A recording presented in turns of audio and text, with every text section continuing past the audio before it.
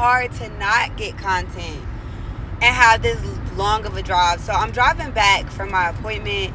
If y'all haven't checked out the other videos that I'm posting for today, definitely go check them out. But I wanted to talk about TikTok being one of my primary forms of income. I do TikTok live streams. I give advice. I do like card readings, kind of moving away from the cards, but I still do use cards. But ultimately, I give advice, channel messages, girl talk, healing, random vent sessions, like that type of energy. And that's where I make most of my money if I'm not doing like service-based, like hair care. You know what I mean? Or selling products. Well, first of all, let me tell y'all what I really think about TikTok, right? And I'm very intuitive, but I've noticed when my heart is connected to the outcome, sometimes my intuition is blocked by whatever my ego wants. You know what I mean? So I'm still trying to learn how to read between that. Like with other people, I can see it clearly. But with myself, I'm still trying to identify what my ego is and what my intuition is. And I can only do that through experience. You know, you learn to listen to your intuition by not listening to it. So when I listen to my ego, the outcome is typically an outcome that is not the highest outcome. And my intuition, like, it makes me understand, damn, whenever I don't listen to that voice, you know, that subtle feeling, because I feel like your intuition is very subtle. Your ego is always going to try to out-talk your intuition. But anyway, so from the physical world, I feel like TikTok is very smart. The whole thing that they were doing by inviting people to the app and getting us to invite people to the app before the year 2025, you know, because all the incentives stopped after the holidays. But I think that was to kind of prove its value. With that, it's so many people that are coming to the app. And it was also reigniting people to come to the app that were already use the app but just aren't frequent users. So as those people scroll, you know, you see TikTok shop purchasing. It's the holiday season. So I think they did that to boost, you know, the stats and their claims about their validity. You know, the American people, it's a lot of American people that are winning off of TikTok and making substantial incomes off of TikTok alone. And then, of course, Donald Trump is wanting to kind of prolong the process as well, because TikTok is supposed to be shut down the day before Donald Trump becomes president. And Donald Trump already said that, you know, the TikTokers and the generation, I think it's Gen Z, they looked out for him with the vote. So he's saying that he didn't say that, you know, TikTok doesn't have to modify anything, but being a little bit more open with the decision and being willing to come to an agreement. So I really don't see it, but that could also be my delusion as well, because I'm so closely attached to it, and that my ego, of course, I don't want one of my main sources of income to shut down. But I made the video to basically discuss further what my next thing would be. First of all, I'm pregnant, so I'm usually service-based. I do wigs and weaves and stuff like that. TikTok shuts down it's projected to shut down about a month in like a week before I give birth. So that's kind of scary, because that's my wind down. This was my wind down hustle. So instead of like being on my feet, I was just going to go like super hard with TikTok. So now I'm thinking of, I've ordered wigs and I'm going to just start flipping them. I'm going to start styling them, taking some good pictures and selling them, and trying to just keep reading up until I hit my goal. That's how I've always done it in the past. I've also been working on some digital products. So I have Hidden Gems. It's like an ebook, and it's an interactive ebook where you can basically like pick your messages. It's like a devotional / pick a card. So a little bit of like chants, but messages ultimately that were inspired by the Holy Spirit. They were on my spirit. I was very intentional when I created the book. And then I also have some business digital products that I created as well, like how to get funded with little to no credit, and an audio book that kind of helps you brainstorm business ideas, content ideas, stuff like that. So I've been pushing those. I've been on like Facebook trying to expand in some type of way. I've also been on Facebook as well, trying to push the advice thing, getting familiar in some Facebook groups. I've been doing this for about 2 months. I've planted some seeds and formed some attachments. There are people that are interested in the products, but we know the rule of 7, typically people have to get comfortable with you. So my focus will probably be more so on services and trying to thug it out. I really want to get back to a place to where I used to do like 2 or 3 appointments a day, at least 4 or 5 times a week. But now I'm not seeing that at all. So I want to at least try to build up to a appointment a day, to where I'm not overloading myself, but I'm stretching out and making something every day. Also, the wig thing, they've been sitting in my closet. I need to just customize them and make them sellable and get rid of them so I could reinvest. But the thing about that money is I don't want to touch that money. I want to keep reinvesting that money. One of the major reasons why my businesses have failed, because I know y'all are like, well, y'all are pushing me to do you're pushing me to do business and start a business, but look at you struggling, or it's difficult for you right now, or things aren't picking up. First of all, I take accountability for a lot. I was in a very toxic relationship and was very lackluster with my business for like a few years. And so it's like me rebuilding my credibility. Not that I scammed anybody or anything like that, but my consistency, my locations kept changing. I would be in a relationship rushing from appointments, so like some things weren't satisfactory. So and then also I touched a lot of money and fumbled it. It is so expensive to get out of toxic relationships. So all of the money that I was supposed to be reinvesting, typically I would run through it trying to heal whatever the hell I had going on in my personal life. And so all the money that I would suggest, a smart person to reinvest and to not touch, I was touching because I needed it. I'm panicking. It's emergency situations. I'm having to come out of issues and all kind of stuff. And not to mention the issues that I caused for myself by not being able to control my emotions, not being able to properly set my boundaries and walk away from the relationship, and being so in and out and putting my stuff on the line. So it's a mix of all of that. That's why I tell y'all, it's not that I'm not making the money. It's the fact that the decisions and choices that I've made, I'm heavily paying for them to like catch back up.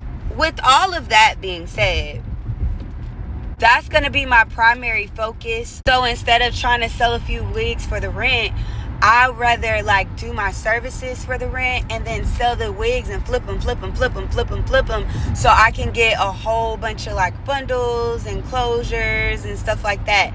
And I haven't even filed my taxes, and I'm not thinking about filing my taxes because everything is working out right now.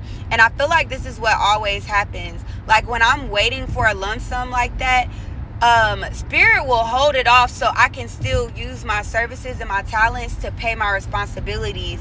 And then that tax money will be used for an emergency or a much needed break or for comfort. But that's like how it always happens. I remember it was, crap. You don't say that. I remember it was one year, I filed my taxes, everything was good, and something just happened to them. And I had to, I ended up having to wait like months and months and months and months for my taxes. So I had to hustle regardless, paid all of my stuff, and then boom, my taxes were approved. And then I had, I don't remember what situation happened, but then I had the money for whatever I needed it for. So that's typically how Spirit works in my life. So with the taxes, I already know it's going to be pending. And I don't want to use it to sponsor. I want to try to do it on my own. And maybe I'm wrong. Maybe I do need to take the tax money, flip it, whatever. But I'm so used to, like I said, I'll either, one of my other issues in business has been buying a whole lot of products, going super hard behind them, and they might not sell as exactly when I want them to sell. So I'm sitting on inventory. I start using the inventory, giving the inventory away as gifts, just trying to come up off of it any type of way. And I really need like some type of strategy. A whole lot of inventory isn't as effective as everybody thinks. So I think in a strategic way, it would be smarter for me to get the wigs build up. I feel like starting off small will start getting my name out there. I have them on hand, and then it'll also create like it's like a scarcity, you know, because I don't just have a lot on hand. So what I make is gonna seem like, you know, real custom units, and people, hopefully that's how I'm projecting it. So that's gonna be my focus. I'm also on Lemon 8. I know that they're partnered or affiliated with TikTok, and I've been building up my following over there as well. I think I have like 240 followers or something like that. And as far as my degree, for me it was a waste of time because I was spending money applying, going to interviews, doing the Zoom calls, and nobody was necessarily hiring me back. And I wasn't just applying for things that were in alignment with my degree. I was applying for anything. But it would be I'm either overly qualified, or I didn't have enough like on-hand experience. So with that, my main goal was to just be a substitute teacher. I'll be able to, you know, kind of wiggle how I want to, or I could just become a teacher. But with my record, I have to like get that situated before I'm able to do those things. All of my legal obligations are pretty much fulfilled or dismissed, but you still have to get that stuff expunged. So, but a part of me is like, girl, just still start the process, and then everything else it'll be handled. But you know, I don't want to taint the process either. So I'm still applying for jobs. I look for like work from home stuff. If the pay is decent enough, I do look for, you know, going in office. I actually like structure and life when it's routine and stuff like that. So I would potentially go in office as well, but I prefer to work from home. And I'm not gonna lie, y'all, when business is good, business is really good. So when I look at the hourly amounts that these jobs are paying, I'm like, what the fuck? And then you also have to add on the expense of childcare. And I'm like, we really are fine at home. It's just those dry periods where I'm just sitting. I need something during those times. And once I get that, I'm not gonna be so panicky, but I have to be able to be putting something away. If I'm just making enough for bills and things are spontaneous, it's like I need something else. So I'm still applying. I'm on ZipRecruiter, I'm on Facebook, I'm in networking groups. And after the baby comes, I'll be a little bit more willy-nilly when it comes to applying. It's just I know that nobody's going to necessarily take me serious right now with a baby in my stomach. So I'm not opposed to working. It just has to be a good opportunity. I have some plans up my sleeve. I think the nervousness comes in when I'm so optimistic and I have all these plans and all these different brainstorms and all these different ideas to stimulate me, and I'm putting money. Y'all, I literally wake up 6 o'clock in the morning. I'm on Facebook. I'm filtering searches. I'm looking up, I need advice. I need hair done. I'm dropping my links. I'm telling people, reach out. I got you. I'm dropping resources, giving free game. You know, putting videos up, hopping on live, getting off live, still momming. And I'm like, for sure, God got me. And then it be coming to the deadlines and stuff, and I'm waiting for shit to pay off, and then it's just slow. But then he just hit me with a whole bunch of blessings at once. And it's like, so I'm learning that when those blessings hit, it is not for leisure. It is like, it's put up. Don't touch it no more. So I'm learning. I'm working through it. And this wasn't even a bent. It's just it's some real shit. So anybody that is like a content creator or a small business owner or a freelancer, you understand exactly where I'm coming from, because there's highs and lows with this shit. And it's been so long that I've been irresponsible.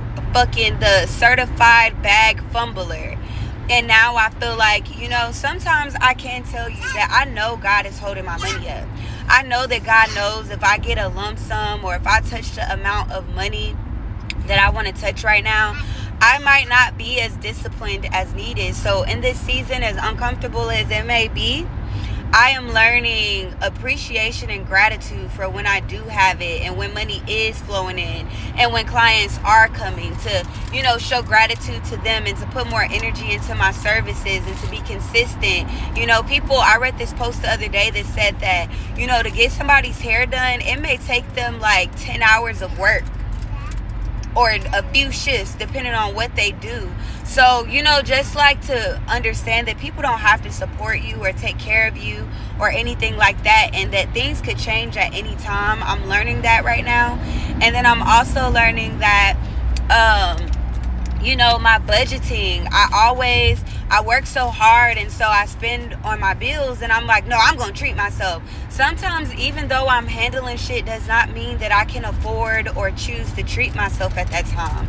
So I'm learning how to kind of hold back a little bit more, how to be more resourceful so that I can hit my goals, how to set budgets, and to be more conscious and aware of my finances, and responsibilities, because I can't keep asking God to bless me with more. Like, I want money. I want to be able to travel. I want to employ other people, like the girls like me that just needed a cool ass boss that understood them. You know what I mean? Like, I want to be able to employ people, and I can't be put in those positions to backslide and they're dependent on me and I fail them or fumble them. You know what I mean? So it's like the responsibilities and the things that I'm praying for is bigger than I just want to shit on everybody and I want my family to be good. I'm trying to really create generational wealth and help others heal in the process too. Also, there's a lot of times where I've started a platform before and was blessed, highly favored, and taken care of. And as soon as I got those blessings or what it is that I wanted, I lost my intensity. So I'm also learning how to remain in, position. I'm learning to build structure and routine within my day. I keep talking about I want a job so I can have structure and routine. But to be real, even having a business, you create your structure and routine. That's why these big businesses and corporations are here, because they were small businesses, but they created structure. You know what I mean? And so now they're corporations. And so these are the things that I think about when I'm rational and I'm not in the, oh my God, the sky is falling. I'm able to articulate these things and process these things. But I'm gonna cry about it. I'm gonna cry first. I'm gonna express my frustration. I'm not just gonna hide it because these realities are there and I know this. But it's like I'm saying you, but I'm talking to me. You gotta understand that what you're praying for is bigger than you. So the struggles that you're facing, the murky water that you're walking through, is to either form some type of discipline, all right, some type of hustle about you. And I even be thinking about it sometimes. I think, like, with the TikTok thing, I will not question, I will not fear, I will not worry, because my TikTok, I put so much energy in TikTok, but it doesn't even, like, my content, my TikTok shop, affiliate marketing, stuff like that. What if this, I'm so scared about TikTok and, like, Spirit has already told me everything will be fine. But what if I'm supposed to be putting more money or energy into YouTube? I literally, I've been monetized on YouTube for about a year. And yesterday, one of my videos just skyrocketed. The views skyrocketed. I finally reached my first payout, which it took forever, but I wasn't putting a lot of energy into YouTube. I was putting so much energy into, I was putting so much energy into TikTok. So whatever is happening outside of me, I feel like everything will be divinely orchestrated and guided. And me being in this moment as well, this moment like, oh my gosh, what am I going to do? This could be the moment that leads to innovation for me. When your back is against the wall, when you're trying to find creative solutions, when you're, when you tired of being tired, that is when you be like, fuck it. I've been posting my stuff fearlessly. I've been networking and meeting people randomly. So this could be the struggle that gets me motivated and in that creative dark space of I'm gonna make it happen. Because I've been fearlessly posting. I've been fearlessly exchanging information. So, it's a lot that comes with the highs and lows. But it's this song. No, that wasn't choir days. That was praise dance days. But it was this song, and it's like, sometimes you have to encourage yourself. Sometimes you have to speak victory during the test. And no matter how, hold on, y'all. You feel, speak the word. And then she really get me, because it says, speak the word over your life and you will be healed. Speak over yourself, encourage yourself in the Lord. But I'm gonna tell y'all, I do that all day, so that's why I be panicking, because I'll be like, oh my fucking God, I'm doing that. God, I'm doing that. And then God be like, yeah, I see you, shorty. Yeah, y'all, I miss my exit clowning around with y'all. But anyway, yeah, that's what I was saying, that sometimes we go through these stressful moments, and it's so funny because I'm so used to control, and that's what God is taking away from me, is that removal of control and adapting to surrender. And I'm losing it. Well, I don't claim that energy. I'm not losing it, but that's how I be feeling. You know what I mean? I said what I said. I meant what I said. But yeah, that's what I'm going to do in regards to TikTok, and I will keep y'all updated. If y'all are on TikTok, if y'all have a stream of income, or if you use TikTok as a funnel for your business, let me know in the comments like what you got planned and what's up your sleeve. Oh, and with this, because I never wanted to be like, well, why are you encouraging people to start their own business if you're going through this?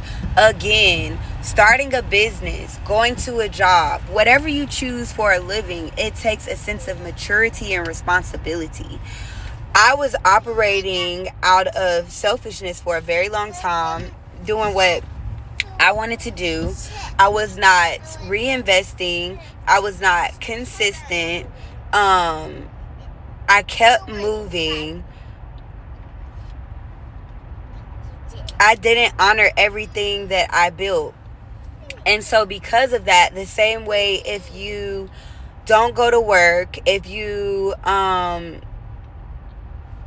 don't practice whatever needs to be practiced for promotions, however that works, if you don't do the work, it doesn't work out.